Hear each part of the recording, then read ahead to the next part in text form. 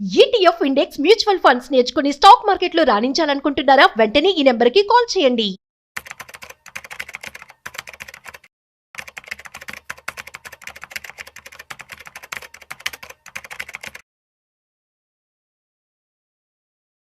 నమస్తే సార్. నమస్తే అండి. సార్, గోల్డ్ అండ్ సిల్వర్ గురించి మాట్లాడుకుంటే వార్ స్టార్ట్ అయినప్పుడు రైజ్ అయ్యాయి, మళ్ళీ పడిపోవడం చూసాము, మళ్ళీ ఫ్లక్చువేట్ అవుతుంది, ఒకరోజు పెరుగుతుంది ఒకరోజు తగ్గుతుంది.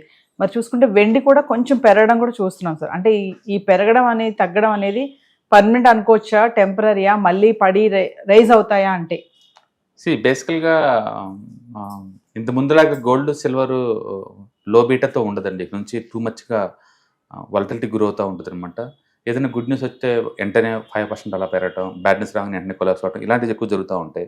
అఫ్కోర్స్ మిగతా మెటల్స్ అన్నిటి కూడా నేచర్ ఉంటుంది, బట్ ఈసారి క్రూడ్ ఇవి కూడా యాడ్ అవుతున్నాయి. క్రూడ్ ఇదేని దగ్గర నుంచి ఫస్ట్ రోజు క్రూడ్ పెరిగిన రోజు అన్సర్టనిటీ తోటి ఒకసారిగా ఈ రెండు పెరిగినాయి, సిల్వర్ గోల్డ్ రెండు పెరిగింది. తర్వాత ఏమైంది, డాలర్ స్ట్రాంగ్ అవుతుంది. Dollar strong circle dollar last 1 monthలోనే ఆల్మోస్ట్ 3.5% 4% పెరిగింది. 95 దగ్గర నుంచి ఆల్మోస్ట్ 99 దాకా వచ్చేసింది, 99.5 దాకా వచ్చేసింది. దాంతో ఏంటంటే మెటల్స్ ఇంటర్నేషనల్ లెవెల్లో అందరు కొనేది డాలర్లోనే. డాలర్ స్ట్రాంగ్ అయ్యేసరికల్లా మెటల్స్ అనేవి వీక్ అవుతాయి ఆటోమేటిక్గా. అంటే ఎక్కువ రేట్ దగ్గర ఉన్నప్పుడు అందరూ అమ్మేసి ప్రాఫిట్ బుక్ చేసుకుంటారు. అట్లనే గోల్డ్ సిల్వర్ రెండింటి కూడా ప్రాఫిట్ బుకింగ్ బీనింది అనమాట. అందుకని ఈ గల్ఫ్ వార్కి పెద్దగా బెనిఫిట్ పొందల గోల్డ్ సిల్వర్కి. బట్ ఈ రోజు ఏంటంటే డాలర్ మళ్ళీ డ్రాప్ అవటం బీనైంది. ఈరోజు ఈక్విటీ మార్కెట్ వరల్డ్ వైడ్గా పర్ఫామ్ చేసినాయి కదా, దాంతో మళ్ళీ సిల్వర్ ఈ రెండు పెరగడం. సిల్వర్ ఈరోజు చాలా బాగా పెరిగిందండి, అంటే 5% ప్లస్లో ఉంది. అండ్ గోల్డ్ అయితే +2% ప్లస్లో ఉంది వరల్డ్ వైడ్గా. అండ్ ఇండియాలో అయితే 3% పెరిగినట్టుంది MCXలో ఇది సిల్వర్. బట్ ఏదేమైనా సరే ఆల్రెడీ లాస్ట్ ఇయర్ అంత పెద్ద మూవ్ జరిగిన తర్వాత మనం బిగ్ మూవ్స్ని ఇంక ఎక్స్పెక్ట్ చేయలేము. అంటే గోల్డ్ అయితే ఈజీగా ఆల్ టైమ్కి వెళ్ళిపోద్ది, బట్ సిల్వర్ కొంచెం టఫ్ అనమాట. ఏదైనా సరే మనం వాలటిలిటీ జోన్లో ఉన్నాం. ఏ అసెట్ అయినా సరే టూ మచ్ ఫాస్ట్గా పెరగటం పట్టడం మనం చూస్తూనే ఉన్నాం. ఎందుకు నిన్న మధ్యాహ్నం ఇదే టైంలో చూసుకుంటే $119 ఉంది ఇది ఒక బ్యారెల్ క్రూడ్. ఇప్పుడు లైవ్లో ఎంత ఉంది, 90కి వచ్చేసింది. ఏంటి ఆ డ్రాప్ అవటం 30% 35% వితిన్ 24 అవర్స్లో అటు ఇటు మూవ్ అవుతుంది. పెరగడం జరిగింది, మళ్ళీ పట్టడం కూడా జరుగుతుంది. అందుకని మనం ఉన్న ఎంత అన్సర్టనిటీ అంటే మనం ఏదో గ్లోబల్ విలేజ్ అనుకుంటున్నాం, కానీ బ్యాడ్ న్యూస్తో వచ్చినా సరే ఆ స్పీడ్ కూడా అంతే ఉంది. ఒకప్పుడు 1 yearలో పడే స్పీడ్ అంతా ఇప్పుడు 1 monthకి 1 weekకే జరుగుతుంది అనమాట. అందుకని మనం ఉన్నది వాలటిలిటీ జోన్. అన్ని అసెట్స్లో వాలటిలిటీకి గురవుతాయి. పడ్డా ఎప్పటిలాగా 1 or 2% కాదు, ఎక్కువ పడుతుంది. పెరిగినా కూడా అంతే స్పీడ్తో పెరుగుతుంది. అంటే రూపీ రైజ్ అవుతుంది, డాలర్ వీక్ అవుతుంది కదా సార్, అది కూడా రీజన్ అనుకోవచ్చా? వన్ ఆఫ్ ది రీజన్ అయి ఉండొచ్చు. బేసికల్గా మెటల్స్ పెరగాలంటే లేదు, డాలర్ ఎంత డ్రాప్ అయితే అంత పాజిటివ్ పెరుగుతుంది. ఎందుకంటే చీప్గా దొరుకుతాయి కదా, అందుకని కొనే వాళ్ళు ఎక్కువ ఉంటారు అనమాట. సో డాలర్ మొన్నటిదాకా స్ట్రాంగ్ ఉంది కాబట్టి ఇవి పెరగలేదు. ఇప్పుడు అది వీక్ అవుతుంది కాబట్టి మళ్ళీ పెరగడం స్టార్ట్ అవుతుంది. ఏదైనా సరే పాజిటివ్ బయాస్ మీద కొనుక్కోవచ్చు గోల్డ్ని అయితే. అండ్ సిల్వర్ అయితే కొంచెం వాలటిలిటీ ఎక్కువ ఉంది, కానీ అది కూడా కొనుక్కోవచ్చు కరెంట్ ప్రైస్ దగ్గర. ఆల్రెడీ పడింది, మళ్ళీ ప్లస్ ఒక 2 months నుంచి టైం కరెక్షన్ తీసుకున్నాయి కాబట్టి ఇంక టూ మచ్ పడే ఛాన్స్ లేదు. కాబట్టి సిల్వర్ని $75 to $80 దగ్గర, అండ్ గోల్డ్ అయితే $5,100 దగ్గర స్టేబుల్ అయ్యే ఛాన్స్ ఎక్కువ ఉంది. ఈ టైంలో మరి ఇన్వెస్ట్మెంట్ చేయొచ్చు అంటారా గోల్డ్? ఎస్ఐపీలో ఆల్వేస్ బెస్ట్ థింగ్ అండి. ఒకేసారి లంప్స్ నేను రికమెండ్ చేయను, కానీ బట్ ఫర్ ఎస్ఐపీ. ఎస్ఐపీలోనే బీటీ ఏంటంటే ఎవ్రీ మంత్ పెట్టుకుంటూ పోతాను. నేను ఎప్పుడైనా మంచిగా 10 to 15% ప్రాఫిట్లో ఉన్నప్పుడు అప్పుడే అమ్మేస్తాను. సో రిస్క్ నా కంట్రోల్లో ఉంటుంది. మీరు లంప్స్లో పెట్టారనుకోండి, అనవసరంగా అతిగా మార్కెట్కి వెయిట్ చేస్తూ ఉండాలి. మార్కెట్ పడితే పెయిన్ గురవ్వాలి. ఎస్ఐపీ అయితే నాకు గొడవ లేదు కదా, పడ్డా కొంటారు, పెరిగితే కొంటాను. కాబట్టి ఎస్ఐపీలో హ్యాండిల్ చేయడం ఈజీ, రిస్క్ని. లంప్సంలో చాలా టఫ్. అందుకని this is not the good way to put lump sum amount in the market. అంటే కమింగ్ టు గోల్డ్ గురించి మాట్లాడుకుంటే మీరు ఎస్ఐపి అన్నారు కదా సార్, ఎస్ఐపి వర్సెస్ లంప్సమ్ అంటే ఏంటి డిఫరెన్షియేషన్? నో, లంప్సమ్ అంటే మనం ఒకేసారి బల్క్లో కొంటాం, మొత్తం డబ్బులు ఒకేసారి పెట్టేసి. అప్పుడు మార్కెట్ డ్రాప్ అయింది అనుకోండి, చాలా ప్రాబ్లం అవుతుంది. మార్కెట్ పెరిగింది అనుకోండి, సూపర్ హ్యాపీ. బట్ మన కండిషన్ మనకు తెలియదు కదా మార్కెట్ నెక్స్ట్ ఏం జరిగిద్దో.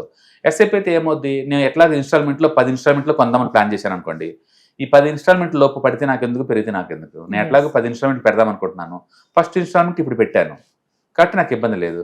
అంటే ప్రాఫిట్లో ఉన్నప్పుడే నేను బుక్ చేసుకుంటా, లాస్ట్లో ఉన్నప్పుడు నేను ఎట్లా బుక్ చేసుకోను. అందుకని ఎస్ఐపీలో కంఫర్ట్ ఉంటుంది. ఇప్పుడు అదే ఈక్విటీ మార్కెట్ అనుకోండి, మ్యూచువల్ ఫండ్ లాంటి ఇప్పుడు లంప్సమ్ కొనుక్కోవచ్చు, ఎందుకంటే మంచి డిస్కౌంట్లో ఉంది కదా. లాస్ట్ 2 years నుంచి పెద్ద పర్ఫార్మెన్స్ లేదు, మంచి డిస్కౌంట్లో ఉంది. అండ్ నిఫ్టీ 24,000 దగ్గర మంచి డిస్కౌంట్, అందులో డౌట్ లేదు. కాబట్టి లంప్సమ్ పెట్టచ్చు మ్యూచువల్ ఫండ్లో ఇప్పుడైతే. బట్ గోల్డ్ సిల్వర్లో నో, లంప్సమ్ కాదు, ఎస్ఐపీలు పెట్టండి. ప్రజెంట్ సిచ్యువేషన్లో సార్ గోల్డ్ గురించి తీసుకుంటే డిజిటల్ తీసుకోవడం బెస్టా, ఫిజికల్గా వెళ్ళడం మంచిదా? ఫిజికల్గా ఎప్పుడు కాదు, always go for ETFs. ETFs అయితే చాలా కంఫర్ట్, లిక్విడిటీ, ఎప్పుడైనా ప్రైస్ సడన్గా పెరిగింది అనుకోండి, మార్నింగ్ అమ్మేసుకోవటం చాలా ఈజీ. అంటే ఫిజికల్గా ఒకసారి కొంటే ఇంకా అంత ఈజీగా అమ్మలేవు, నాకు కంఫర్ట్. ఎస్. కాబట్టి ఈటీఎఫ్ ఫార్మెట్లో కొనుక్కోండి. ఈవెన్ మ్యూచువల్ ఫండ్ల ఫార్మెట్లో దొరుకుతాయి, కానీ బెటర్ ఏంటంటే ఈటీఎఫ్స్ బాగుంది. అంటే కొంతమంది అనలిస్టులు చెప్పే మాట ఏంటంటే ఇంకా బాగా పెరిగిపోతుంది బంగారం ధర, వెండి ధర. వెండి 5 లక్షల వరకు వెళ్ళిపోతుంది, బంగారం 2 లక్షల వరకు వెళ్తుంది, ఈ ఫ్లక్చుయేషన్స్ కొద్ది రోజులు మాత్రమే అని అంటున్నారు సార్. మరి మిమ్మల్ని అడిగితే బేసికల్గా మెటల్స్కి డిమాండ్ పెరుగుతున్న మాట నిజం. ఓకే, అయితే 1 ఇయర్లోనే 100% పెరిగేంత డిమాండ్ అయితే ఖచ్చితంగా కాదు. అంటే silver already too much speculative జోన్లో ఎంటర్ అయ్యి ఇప్పుడే సెటిల్ అవుతుంది. అండ్ సిల్వర్ ఇండస్ట్రియల్ డిమాండ్ పెరుగుతున్న మాట నిజం. ఎందుకంటే మనం ఉన్న మోడర్న్ ఏరియాలో ఎలక్ట్రానిక్స్ టూ మచ్ వాడుతుంటాం కాబట్టి, ఎలక్ట్రానిక్స్లో కండక్షన్ యాక్టివిటీ కింద సిల్వర్ వాడతారు కాబట్టి సిల్వర్ డిమాండ్ ఉంటుంది. అండ్ రెండోది మైనింగ్ యాక్టివిటీ బాగా డల్ అయింది అండ్ అవుట్పుట్ తగ్గింది కాబట్టి డిమాండ్ ఉంటుంది. బట్ డిమాండ్ ఉంటే ఆ డిమాండ్ ఎంతవరకు, అది అబ్నార్మల్గా నెక్స్ట్ మంత్ లేదా నెక్స్ట్ ఇయర్లోని 100% పెరిగేంతైతే ఖచ్చితం కాదు, అంతైతే ఖచ్చితం కాదు. అండ్ రెండోది ఏంటంటే సిల్వర్ కోసం ఎవరు డైరెక్ట్గా మైనింగ్ చేయరు. సిల్వర్ ఎప్పుడు యాక్సిడెంటల్గా దొరికిద్ది, అది దానికోసం మైనింగ్ చేసేది రాదు, అది బై ప్రోడక్ట్ అనమాట. అందుకని 80% సినారీలో సిల్వర్ ఎప్పుడు కూడా యాక్సిడెంటల్గా దొరకటమే, దానికోసం డిగ్ చేస్తే అది రాదనమాట. అందుకని బై ప్రోడక్ట్గా దొరుకుతుంది కాబట్టి దాన్ని అలా తీసుకోవటమే. రెండోది ఇండస్ట్రియల్ డిమాండ్ అయితే పెరుగుతుంది, ఆ విషయం అందరికీ తెలుసు. అంటే డిమాండ్ ఇండస్ట్రీ తగ్గట్టు బయట రావట్లేదు, అది కూడా తెలుసు. కానీ అదే టైంలో ఎంత పెరగటాన్ని ఎక్స్పెక్ట్ చేస్తారంటే 5 లక్షలు 10 లక్షలు అంత సీన్ లేదు.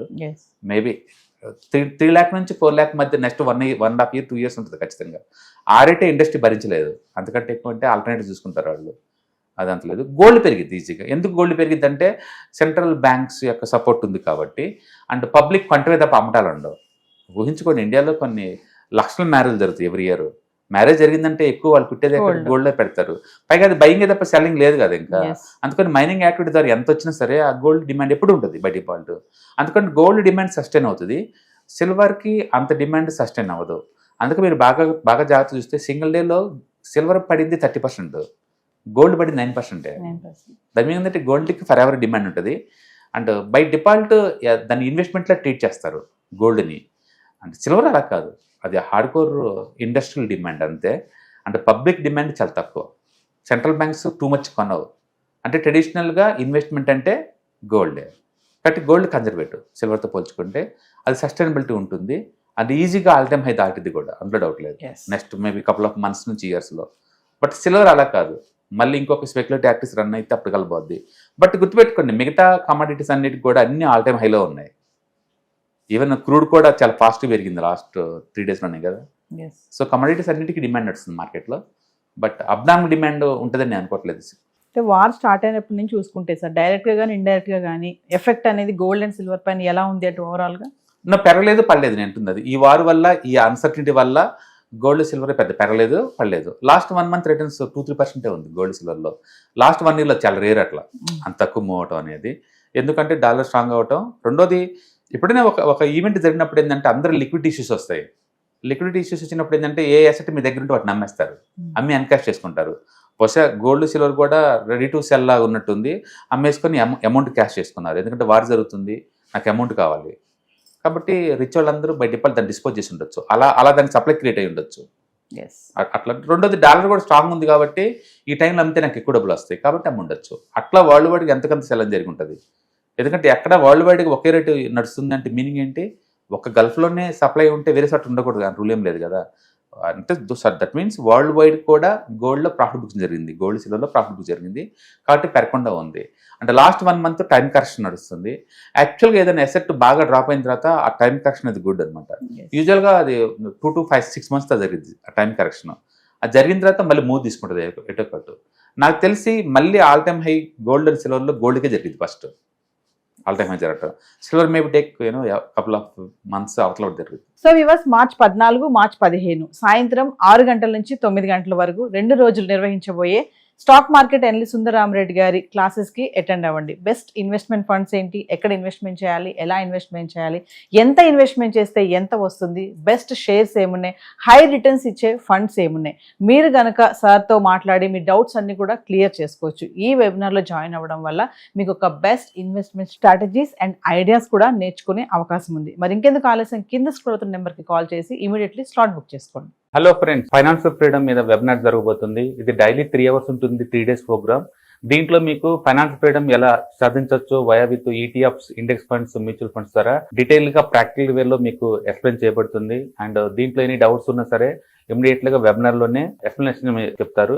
అండ్ అలాగే మ్యూచువల్ ఫండ్స్ ఎగ్జామ్స్ ఎవరైనా రాద్దాం అనుకున్నా సరే, మ్యూచువల్ ఫండ్ డిస్ట్రిబ్యూటర్ గా మీరు సెటిల్ అవ్వాలన్నా సరే ఎలా చేయొచ్చు, వాటికి సంబంధించిన డీటెయిల్ ఎడ్యుకేషనల్ వివరాలు మొత్తం కూడా ఈ ప్రోగ్రామ్ లో డీటెయిల్ గా చెప్పబడుతుంది. కాబట్టి ఎవరైనా సరే ఈ వాలటిలిటీ ఉన్న ఈ స్టాక్ మార్కెట్ లో స్టేబుల్ గా ఉండి అండ్ మంచి returns via with ETFs, index funds, mutual fund ద్వారా ఎలా సంపాదించవచ్చు, ఎందుకు ఇవి ఇంపార్టెంట్, ఫైనాన్స్ ఫ్రీడమ్ కి ఎలా ఉపయోగపడతాయో ఇవన్నీ కూడా డీటెయిల్ గా ఎక్స్ప్లెయిన్ చేయబడుతుంది. కాబట్టి ఎవరైనా ఇంట్రెస్ట్ ఉన్న పార్టిసిపెంట్స్ అందరూ కూడా ఈ అవకాశాన్ని వినియోగించవలసిందిగా కోరుతున్నాను.